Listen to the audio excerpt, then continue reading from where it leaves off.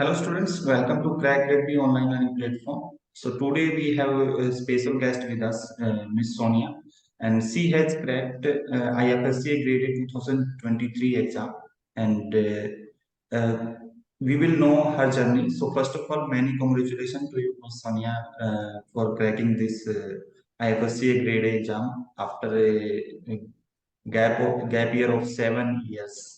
So today we will know your journey, that how did you prepare for this exam, and in last 6 7 years I have seen that you have appeared in the multiple exams like SBI PO interview, IBPS PO interview, CB, PFRDA.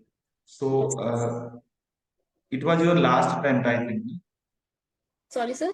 It was your last attempt as per the age. Yes, sir. It is my last attempt, but as I belong to the OBC category, I have more attempts. Okay, But okay. but I myself has created a target for myself that I will have to crack it in this year somehow. So So today we will know your journey, and I would like to tell you all the viewers that she is a commerce graduate and has done master degree in public administration.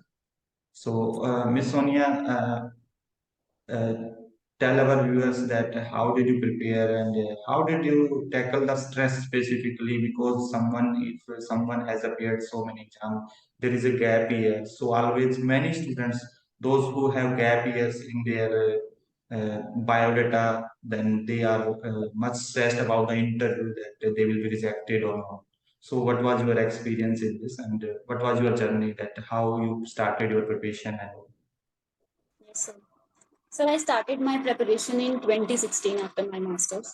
I Mhm. had given at that time RBI mains examination, but could not clear it by very less margin for the interview. But sir, after that, I had appeared for many exams, as you said. A SEBI exam, I had given an interview there also. In the second attempt, I could not clear by 0.67 marks the mains. And PFRDO also I have given. और अभी जो recently PFRDO हुआ था, उसमें भी मेरा 1.44 marks से नहीं हुआ था क्लियर. सो और उसके बीच में ही IFSCA का नोटिफिकेशन आ गया. और ये जो बहुत सारे फेलियर्स मेरे साथ हुए हैं, सीरियसली उसने मुझे बहुत टाइम्स पर लो पॉइंट पर लेकर गया है मुझे. बट मुझे ये पता था कि कभी ना कभी I would be able to clear it somehow. मतलब Mhm. इतना मुझे सेल्फ बिलीफ था कि कुछ कुछ मार्क्स से रह रहा है, तो किसी ना किसी दिन हो जाएगा जरूर, surely. So and sir also घर से थोड़ा सपोर्ट था, फैमिली सपोर्ट, एंड ऑल्सो जो टेलीग्राम चैनल जो है, टेलीग्राम जो हम यूज करते हैं, मैंने उसको बहुत ही अच्छे से यूज करा है. कुछ मेरे फ्रेंड्स अच्छे बन गए वहाँ पे, जिनसे constantly I use to talk.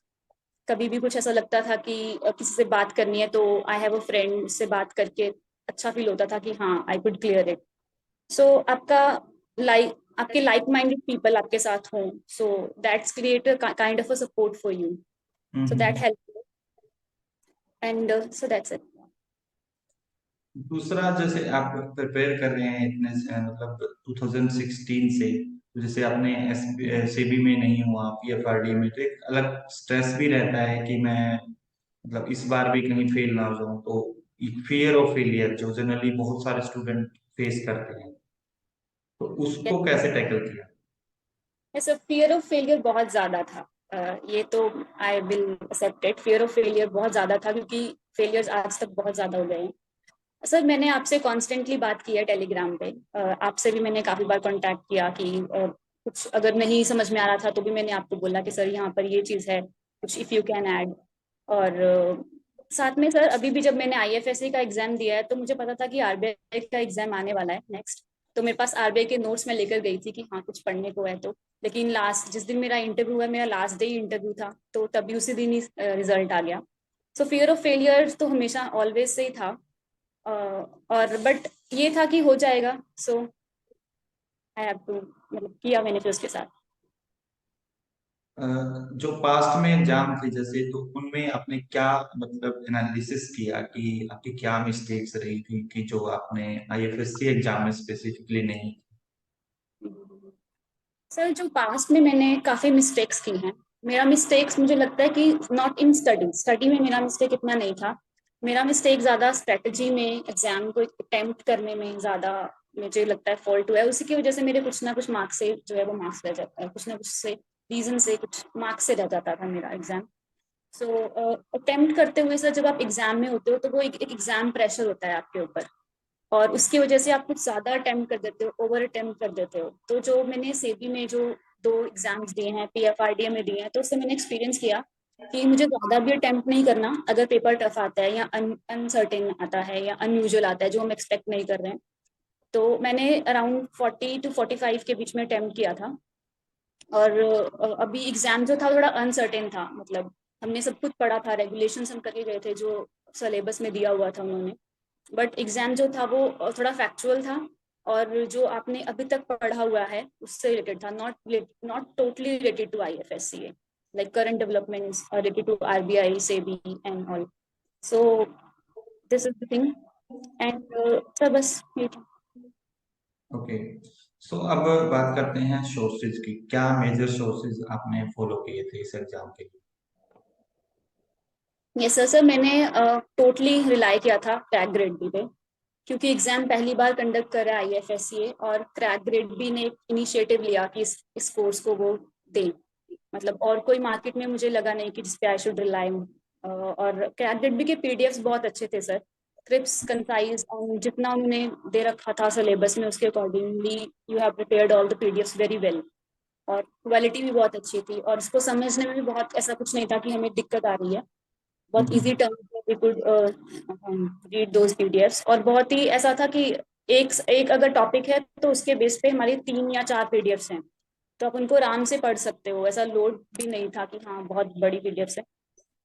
और सर मैंने क्रैक ग्रेड भी कहीं पूरा रिलाई करा है। जब एग्जाम बिल्कुल पास में आने वाला था तो मुझे लग रहा था कि शायद मेरा कुछ छूट ना जाए, वो एकदम से जो होता है miss fear of missing out.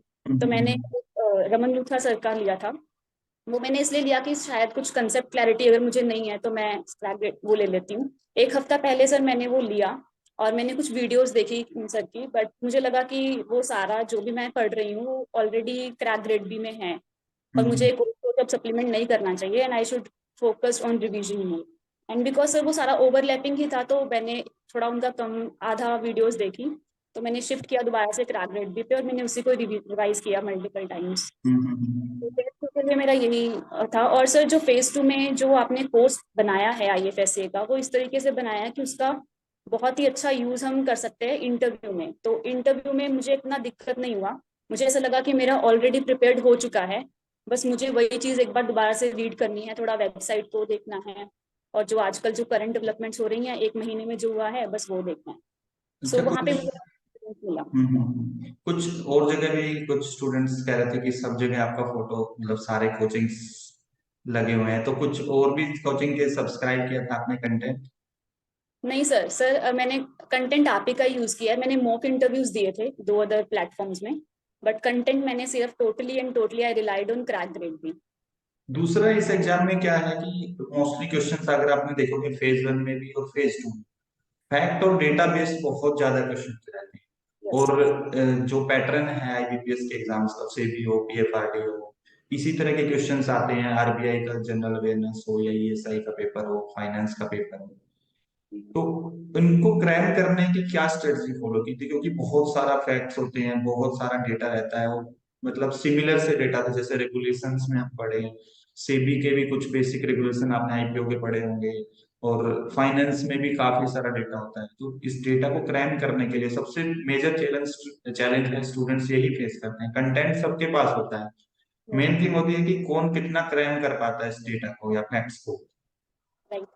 Right sir, जब मैंने भी रेगुलेशंस देखे थे तो क्योंकि पहली बार पढ़ना था सब, तो मुझे लग रहा था कि ये मैं कर पाऊंगी या नहीं, क्योंकि बिल्कुल ही न्यू है और इतने सारे रेगुलेशंस हैं, इतनी सारी फिगर्स हैं, है ना। तो मैंने तो आपके नोट से शॉर्ट नोट्स बनाए, बहुत ही जो इम्पोर्टेंट फैक्चुअल चीजें हैं वो मैंने निकाल के रखी। कंसेप्ट क्लैरिटी मैंने एक बार 2 बार जो पढ़ा वो मुझे हो गया, और मैंने इसको वहीं पर ही अंडरलाइन कर लिया और हाईलाइट कर लिया कि जब मैं पढ़ूंगी तो वो कंसेप्चुअल वहां से क्लियर हो जाएगा, और जब मुझे फैक्चुअल करना है तो मैं अपने शॉर्ट नोट्स को देखूंगी।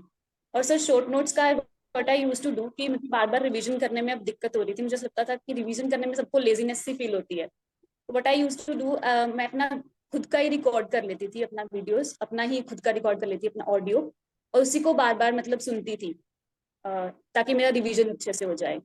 तो मैं बार बार उसको सुनती थी। उसके बाद फिर मैं मॉक टेस्ट जो आपने दिए हुए थे और जो सेक्शनल टेस्ट थे उनको मैंने अटेम्प्ट किया, तो उससे मेरा रिवीजन भी मुझे उसमें हेल्प हुई काफी।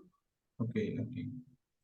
तो स्टूडेंट्स के लिए कोई एडवाइस जो स्पेसिफिकली इसके रिगार्डिंग कि कंटेंट को कैसे प्रिपेयर करें, पढ़ें कैसे, कोई स्पेसिफिक स्ट्रेटजी जो आपने फॉलो की हो, वो आप स्टूडेंट्स को एडवाइस करना चाहें जो फ्यूचर एस्पायरेंट्स हैं किसी भी एग्जाम के। Yes, sir. So for the regulatory bodies, I would say कि आपको conceptual clarity होना बहुत जरूरी है, क्योंकि हम्म अगर आपको सपोज फेज 2 में फैक्चुअल आ रहा है लेकिन आपको इंटरव्यू में वो कंसेप्चुअल जरूर पूछेंगे, तो आपको न्यूज़पेपर तो रेगुलरली पढ़ना है। उसको न्यूज़पेपर इज वेरी मस्ट है। वो तो मतलब आपको क्या करंट डेवलपमेंट्स हो रही हैं वो आपसे पूछेंगे जब आप इंटरव्यू तक पहुंचोगे, तो वहां पर आपका कंसेप्चुअल क्लैरिटी क्लियर वो आपसे जानना चाहेंगे। एंड सर फेज 2 में अब डिपेंड करता है कि एग्जाम फैक्चुअल भी हो सकता है और जो एग्जाम है वो कंसेप्चुअल भी हो सकता है। तो अगर आप न्यूज़पेपर रीड कर रहे हो तो इंटरव्यू में तो हेल्प हो ही रही है आपको, और अगर आप डेली कोई वेबसाइट चेक कर रहे हो like money control and all, काफी वेबसाइट्स आती हैं, उनको आप रीड कर रहे हो तो आपका कंसेप्चुअल क्लैरिटी हो जाएगा। फैक्चुअल्स के लिए अगर आप एक कोर्स को ले लेते हो, जैसे मैंने क्रैक ग्रेड भी लिया था, तो वहां से आपकी सारी चीजें कवर हो जाती हैं। और रेगुलेशंस हैं तो आपको खुद से सर्च करना, अगर जब टाइम कम होता है तो हम सोचते हैं कि हमें एक जगह पे सारा कंटेंट मिल जाए, तो हम्म। वहां पर एक कोर्स जो है वो बच्चों को ले, आई थिंक एस्पायरेंट्स को लेना चाहिए। सो एक दूसरी चीज मैंने बहुत नोटिस की है कि स्टूडेंट्स टेलीग्राम पे एक्टिव होते हैं, टेलीग्राम ग्रुप्स में। तो टेलीग्राम ग्रुप्स में क्या होता है कि कहीं से कुछ भी कंटेंट आ गया तो थोड़ा डाइवर्ट हो जाता है कि मुझे ये पढ़ना चाहिए कि नहीं पढ़ना चाहिए। किसी ने बहुत बल्कि कंटेंट दिया होता है, किसी का बहुत स्पेसिफिक, जैसे हमारा बहुत स्पेसिफिक कंटेंट है। तो ये मैंने जनरल देखा था कि बहुत सारे स्टूडेंट्स के मैसेज भी आ रहे थे जो हमारे सब्सक्राइबर थे कि सर ये आपने नहीं कवर किया हुआ, क्या ये हमें पढ़ना चाहिए। तो इससे क्या होता है कि थोड़ा सा माइंड डाइवर्ट होता है। बहुत सारे स्टूडेंट में माइंड में आता है कि मुझे ये भी कवर करना चाहिए, क्योंकि वो फियर ऑफ मिसिंग आउट सबके माइंड में रहता है। तो आपने इस इन चीजों को जो टेलीग्राम पे थोड़ा डिस्टर्ब करता है सोशल मीडिया स्टूडेंट की प्रिपरेशन को, तो उसको कैसे अवॉइड किया? सर ये चीज मुझे सेबी के दौरान मेरा एक्सपीरियंस हो चुका था। मतलब आई ज्वाइंड अ ग्रुप, तो वहां पे मुझे लगा कि मैंने काफी टाइम वेस्ट किया, मतलब लोगों के साथ डिस्कशन करने में और क्या कंटेंट आ रहा है सब कुछ रीड आउट करने में, इतने सारे एमसीक्यूज। तो मुझे लगा कि जब हम आराम से अपने पास हमारे पास कंटेंट है और सोर्सेज है तो हमें सिर्फ वहीं पर ही फोकस करना चाहिए, एक ही सोर्स पे। और जब आप प्रिपरेशन मोड में हो तो you should use Telegram very limitedly, मतलब बहुत ही कम यूज करना है आपको, बहुत ही इंपॉर्टेंट जो आपको लगे तब यूज करना है।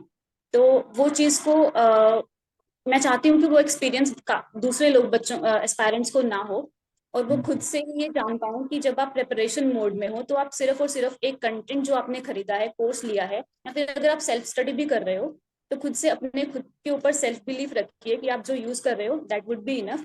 और इन केस जैसे कि मुझे लगा कि हाँ मुझे रमन लुत्फा लेना चाहिए, अगर आपको लगता है तो आप उसको एक बार लेकर, अगर आपको रीड कर रहे हो आपको पता लग जाएगा कि हाँ वो ओवरलैपिंग है या कुछ अलग डिफरेंट है। अगर डिफरेंट है तो आप यूज करो, अगर आपको लगता है ओवरलैप हो रहा है तो ज्यादा सोर्स करने से कोई उसका यूज नहीं है।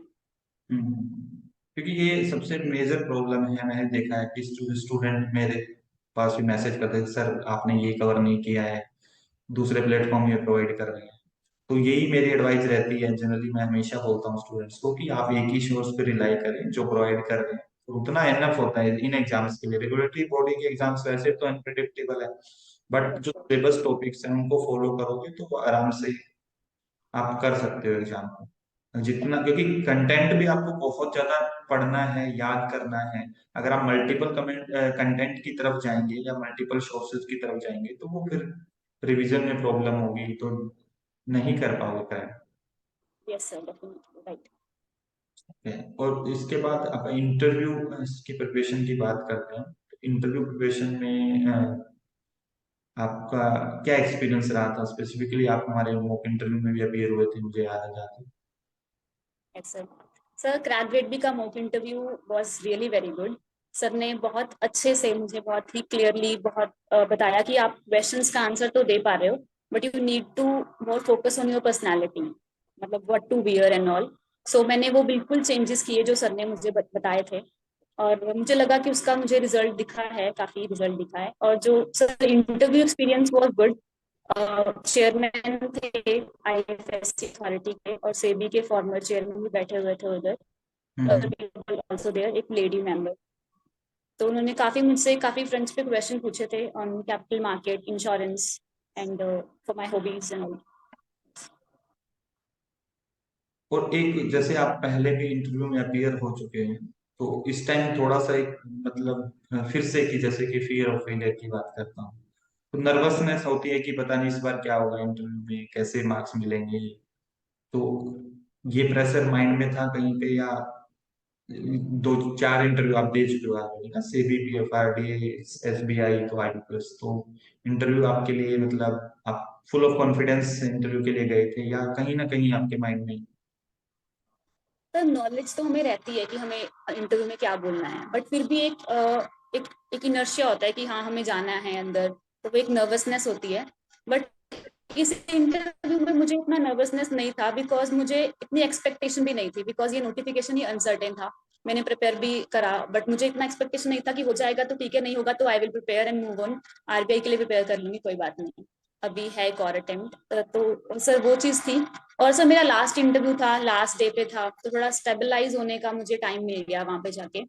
और मुझे लगा कि बस मुझे लोगों ने काफी शेयर किया था टेलीग्राम पे कि like it is like a conversation, so वो ग्रिल भी नहीं कर रहे हैं। तो वो चीज मुझे पता लगी थी, तो आई वाज लाइक कि यार ठीक है, आराम से जाऊंगी अंदर, जो पूछेंगे बताना ही तो है उनको। तो इतना एक्सपीरियंस हो चुका है, तो अभी स्टेबलाइज हो चुका था मतलब माइंड। हम्म।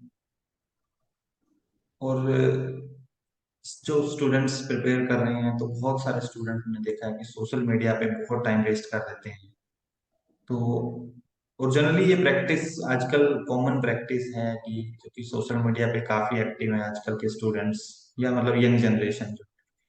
अच्छा। तो आपने इन क्या स्ट्रेटजी अपनाई की थी कि आप सोशल मीडिया से डिस्ट्रैक्ट ना हो? जनरली देखा है व्हाट्सएप, इंस्टाग्राम, फेसबुक पे बहुत टाइम स्पेंड करते हैं। टेलीग्राम ठीक है, टेलीग्राम पे जनरली स्टडी रिलेटेड डिस्कशन होता है, बट व्हाट्सएप, इंस्टाग्राम, फेसबुक बहुत देखा है हमने, बहुत सारे स्टूडेंट डिस्ट्रैक्ट हो जाते हैं, बहुत टाइम स्पेंड करते हैं। तो आपने इसको कैसे डिस्ट्रैक्ट सर होने मेरा से? यस। सर मैं मेरा ये है कि मेरा Telegram is the first social media. WhatsApp मैंने कुछ दिनों के लिए इंस्टॉल किया था, बट वो भी मेरे फोन में अभी काफी दिनों से नहीं था।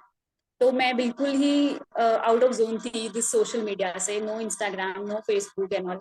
तो मुझे लगता है, और मुझे लगता था कि I am not interested in all this, मुझे लगता था कि मुझे ये सब देखना ही नहीं है। और जब आता भी था तो मुझे लगता था this is totally a time waste.